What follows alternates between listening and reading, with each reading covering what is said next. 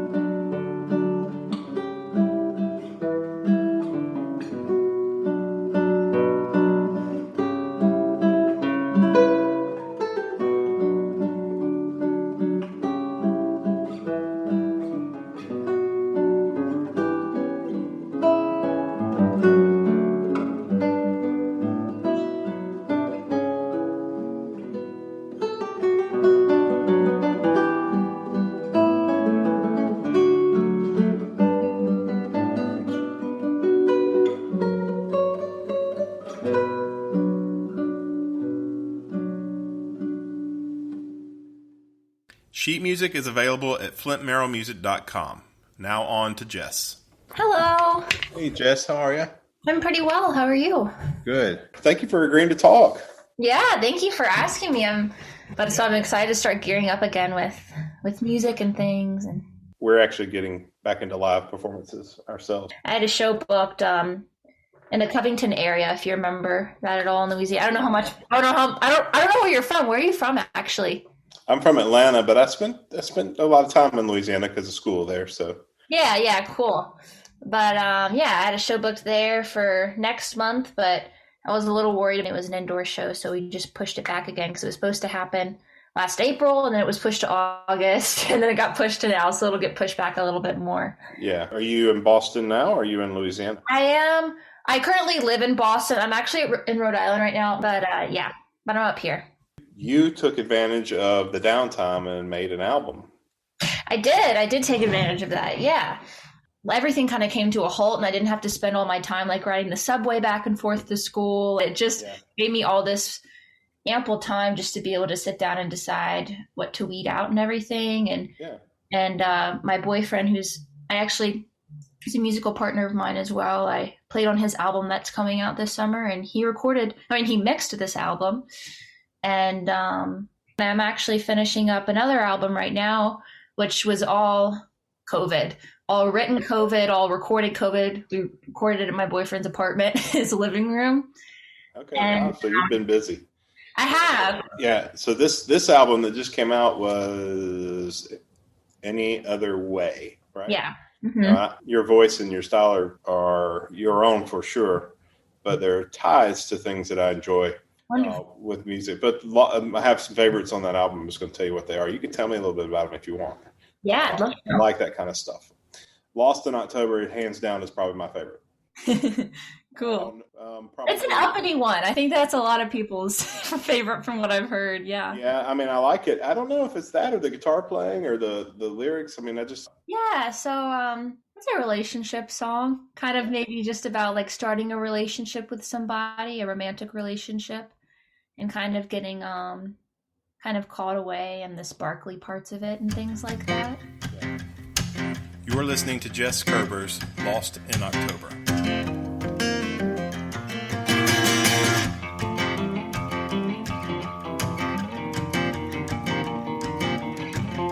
You put your head on my shoulder. 4 more seconds till you sigh. Can't believe that you just told me you think I'm the love of your life. Well, then what's scarier than failing is that I think I feel the same. But I'll wait some time to tell you. Can't risk giving you some life. But I can't keep secrets, 'cause what if they get lost, lost in October, feeling like I've known you this whole time. I can't believe you're here. This is the first time love has meant something real.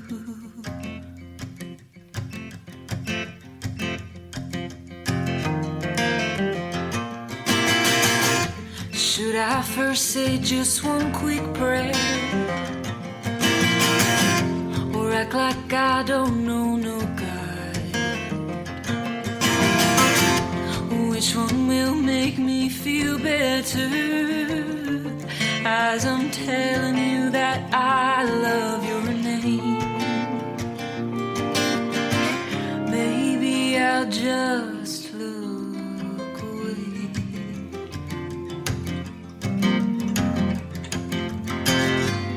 But I can't keep secrets, 'cause what if they get lost, lost in October, feeling like I've known you this whole time.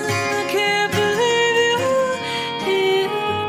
This is the first time love has meant something real.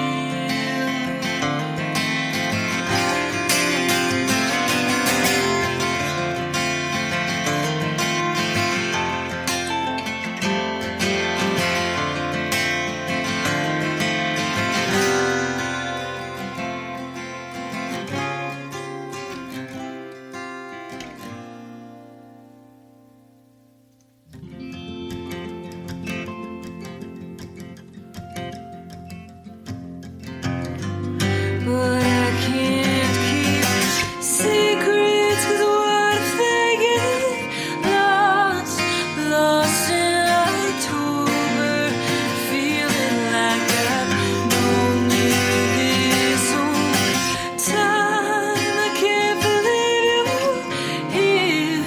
This is the first time love has meant something real.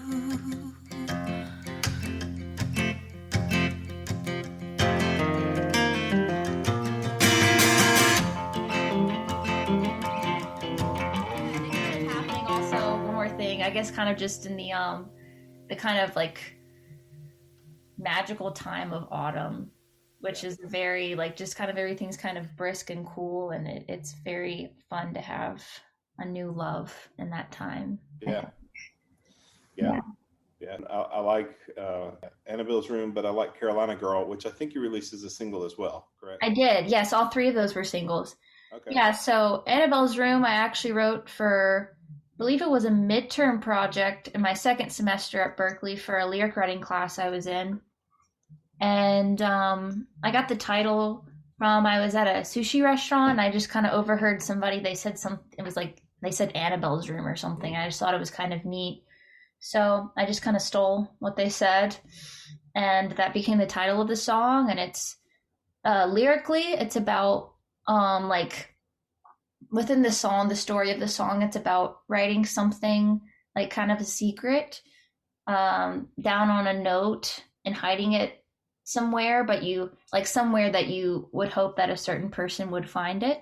So you're hiding, and so technically it's kind of about like hiding love or feelings or being scared to be vulnerable with someone, but you're still kind of pushing for it, and you're hoping that they kind of push a little bit harder so they can help you to open up a little bit more. You're listening to Jess Kerber's Annabelle's Room.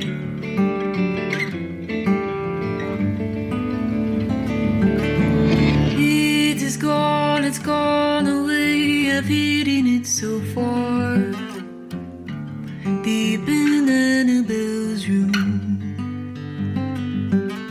It's not somewhere that you can know, so trust me when I say I just couldn't let it all go.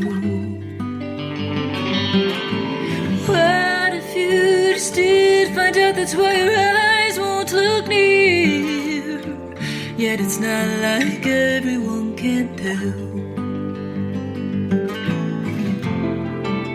I wrote it down on lines, the way you say my name.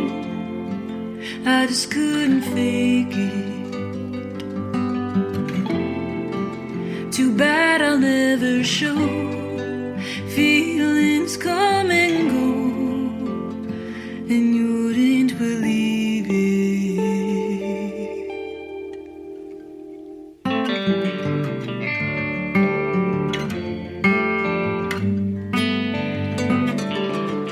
Tell me you just heard that too, the sound of love so still.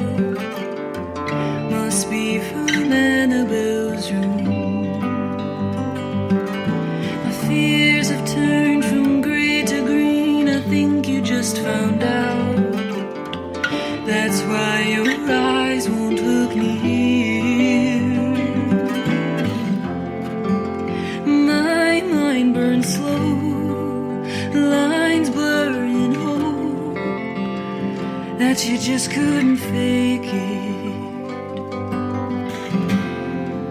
So tell me what you think, say it all aloud. I just wanna hear it. I just wanna hear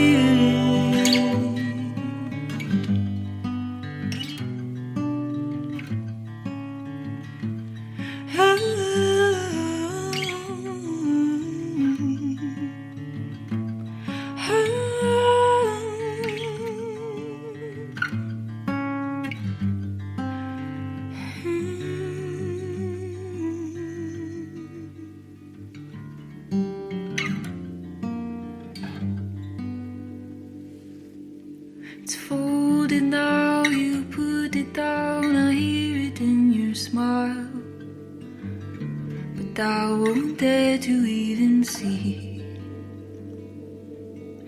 I hid it far and far away beneath my love so still, somewhere in Annabelle's room.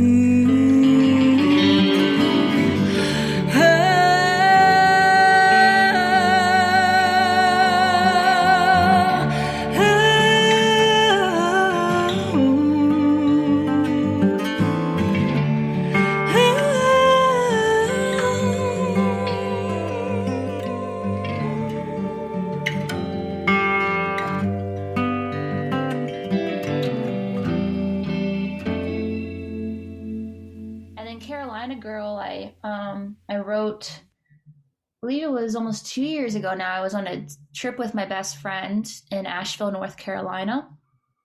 And I wrote it on the porch of our Airbnb on a travel guitar. And I don't know, it just kind of came out. That's just kind of about, it's another love song, but it's kind of about two people never really meeting in the right place at the right time. And yeah, it's kind of just about, there's a line, why do I keep chasing all these waterfalls I can't pronounce? And just because a lot of the hikes that we were going on, there were lots of, all of the waterfalls had these really grand, extravagant names. Yeah. And I had to like sound everything out a lot of the times. Yeah. In that area in particular, I like those a lot. And, you know, so it's really cool that you're cranking them out. Of course, you're swimming in it right now because you're at Berkeley, right? Yes, I am. Yeah, so, and what year are you now?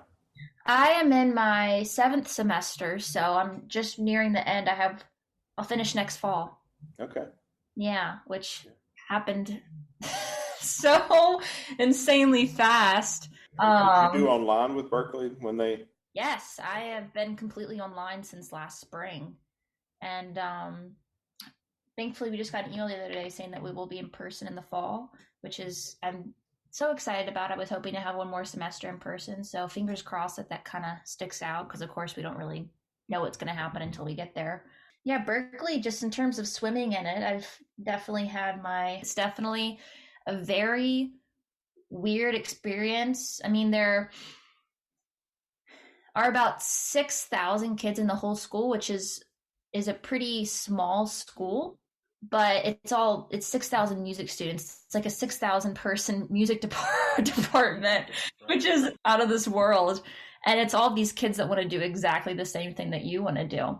Yeah. And you kind of have to very quickly figure out what you kind of want to stick on and what is going to make you very kind of quickly, or else you'll just get very lost and in your head and kind of self-conscious and uninspired very easily, which kind of goes up and down. But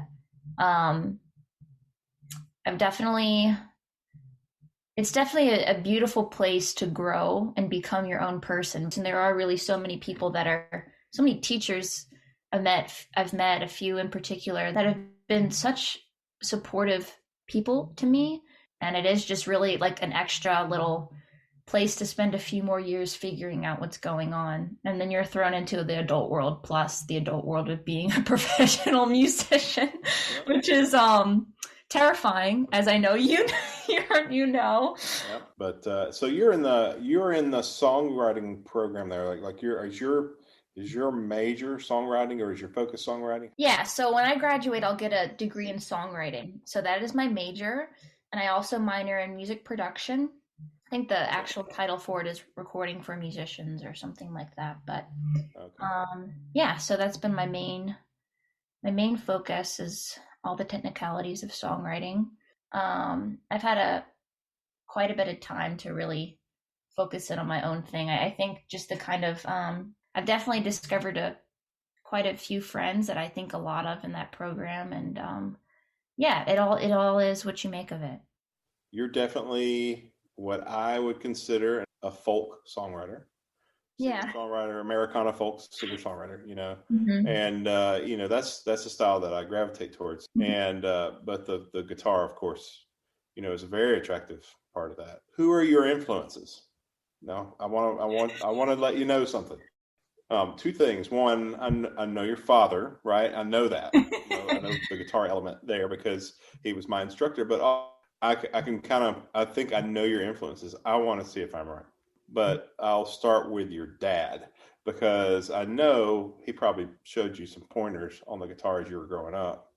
And I think I've already talked with you about this because I think it's kind of cool.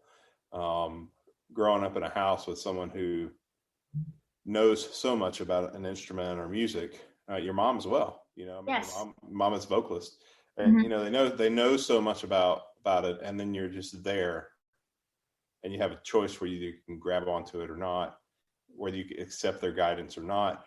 What was that like? Oh, that's a loaded question. It's definitely been an experience to have so much of that in my life, and that be the only way I've ever known life, is to be very doused in music. I think it was really, and it still is, very wonderful to have parents as musicians, mainly because of the support that they're able to give, because they understand it. I've come across so many friends at Berklee and not Berklee that are pursuing music, and their parents just flat out don't support it. Or it's never even been a question. I've never had to wonder, like, oh, are they gonna be mad that I want to play guitar? And also because I was exposed to just so much growing up, especially like on my mom's side, a lot of like Hall and Oates and Lionel Richie, and with my dad, a lot of Allman Brothers. I'm sure you know his obsession with the Allman Brothers. Yeah.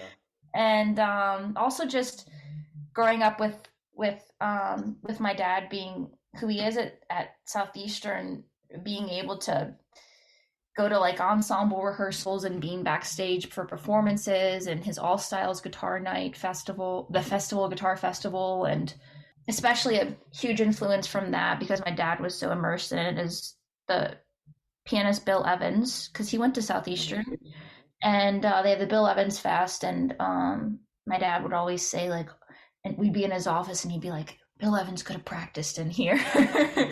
And so just from an early age, I was just so heavy into that, and I still am, and Bill Evans has influenced so much of what I hear in my head. It's definitely experience, because I have a lot of friends who wish that their parents did hear everything and were able to comment in such a creative way. Yeah. So I've grown and suffered from all of it. I just have to know if I'm right about this. So what about other influences? Who did you listen to, and did you pull from them? And what are your major influences with songwriting music? Well, probably your top one is what I'm about to say. I'm almost positive, because this is how it always happens. Uh-huh. When I was 13, my dad gave me a Joni Mitchell album. I knew it. I knew it, and I didn't know that. I didn't know your dad gave you the album, but I knew that was who the influence was. Yeah, he was. Yeah, that's how it always goes.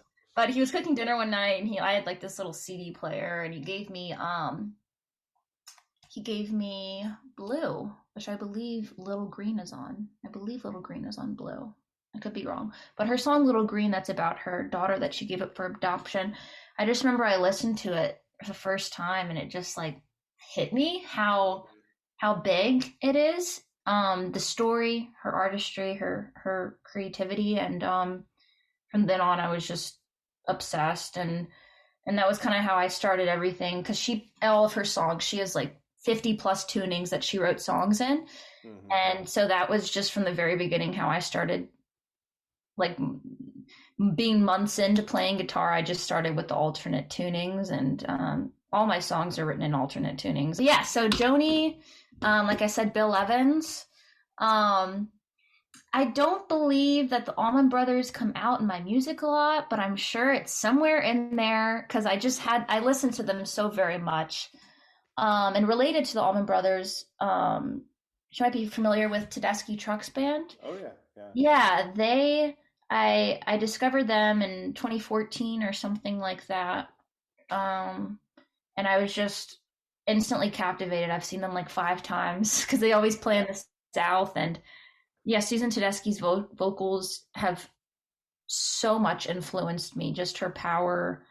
And then just Derek Trucks is like a slide guitar master, but just where they go and their improvisations is a lot of what I'm hearing a lot in my head when I'm writing. These Joni Mitchell songs and the band Little Feat, just these and like, one of the many, like Eric Clapton incarnations, Blind Faith. They had one album in 1969, I believe, is when it came out, and just like all these classic things that were such an important part of my life when I was just starting to play guitar. Mm-hmm. I've gotten away from now, and I need to get back into them again.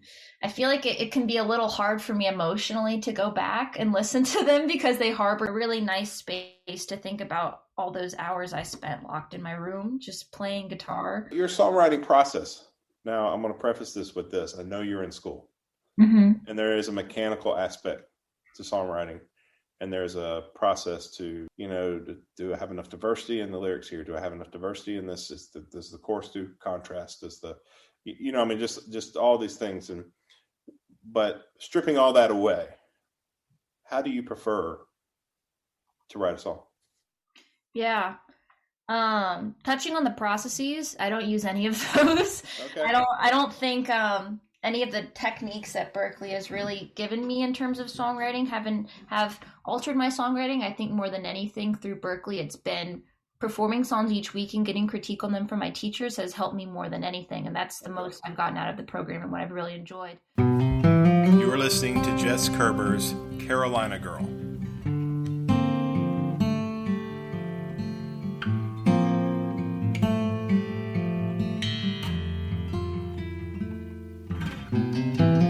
Just like a clock, you are changing with the time. Always going, never leaving behind. And it just proves that I am there when you're not. Keep on passing, I'll be driving round the block. Do they say about bad timing? It isn't what I wanna hear. Do we both know what we're doing? If you say it first, I'll stop now. How come we're always on the other side of town? Why do I keep looking through these waterfalls I can't pronounce? If I can't be your Carolina girl.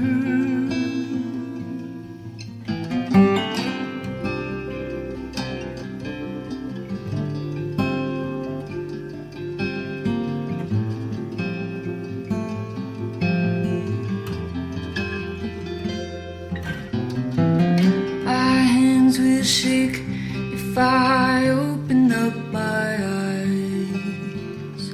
I get so worried about what's hiding in disguise. And it might help if I could hear it in your voice. Something besides all this static in the noise.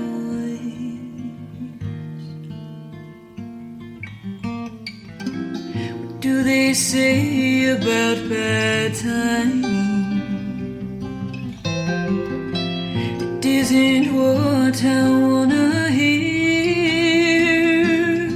Do we both know what we're doing? If you say it first, I'll stop now. How come we're always on the other side of town? Why do I keep looking through these waterfalls I can't pronounce? If I can't be your Carolina girl.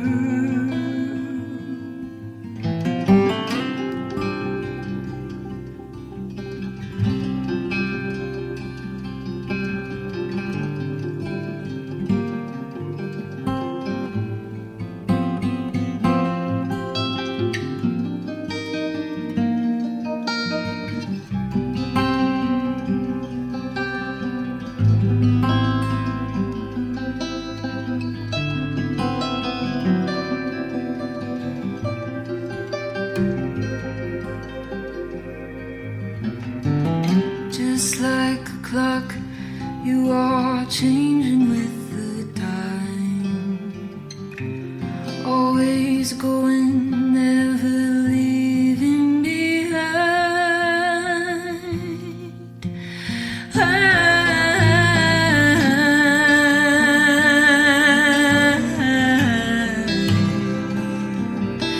And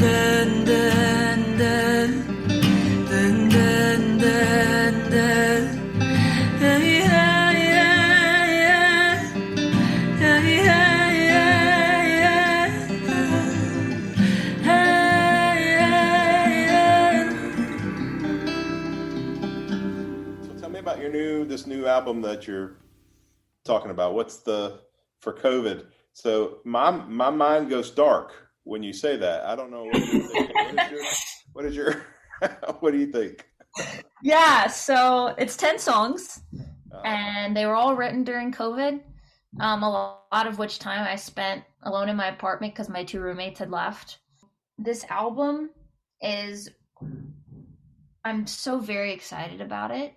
I feel very close to the songs. I think that was kind of a problem for me when I released Any Other Way. I had written those songs a while back, and I feel like towards the beginning of quarantine, my writing style took a pretty drastic change, I think, in terms of lyrically, and it just changed in a way how I say things and how I want to say things, and became, I think, a little bit more image and moment based versus just being kind of vague and abstract.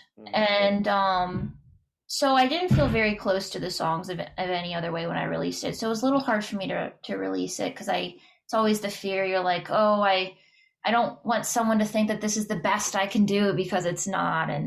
But I've gotten to like the album more that it's been released now, and just to listen to it more, not be so inside of it. But this newer album, we recorded it all in an apartment living room with this just acoustic and electric guitars and a couple of pedals here and there, an 80s old, I believe it's like a Yamaha old keyboard that has some really neat sounds on it. But we have a Wurlitzer there, which I've been so happy to use to record, and I got some pedal steel done by a friend of mine a few weeks ago on it. I feel very close to these songs, and they feel very representative of who I am. Well, I wish you well with that. Congratulations on next semester being your last semester. Congratulations on the album you just put out and the one that you're about to put out. Thank you. And I look forward to hearing that one. And I appreciate you doing this podcast. I appreciate you asking me to do it. It was a nice surprise. Jess Kerber's music can be found on all streaming services and bandcamp.com. If you would like to support Knoxville Classical Guitar and Knox Guitar Box, please visit knoxvilleclassicalguitar.com/podcast. There you will be able to make a single donation or set up monthly donations for any amount. Please know that all donations go directly to Knoxville Classical Guitar. This episode of Knox Guitar Box is sponsored by Francisco Navarro Guitars, handmade classical and flamenco guitars, fine quality craftsmanship, and amazing tone and playability in an affordable instrument. For more information, visit francisconavarroguitars.com. And by Flint Merrill Music, an online marketplace dedicated to music composed and arranged for the guitar. Visit flintmerrillmusic.com for more information. Thank you for listening.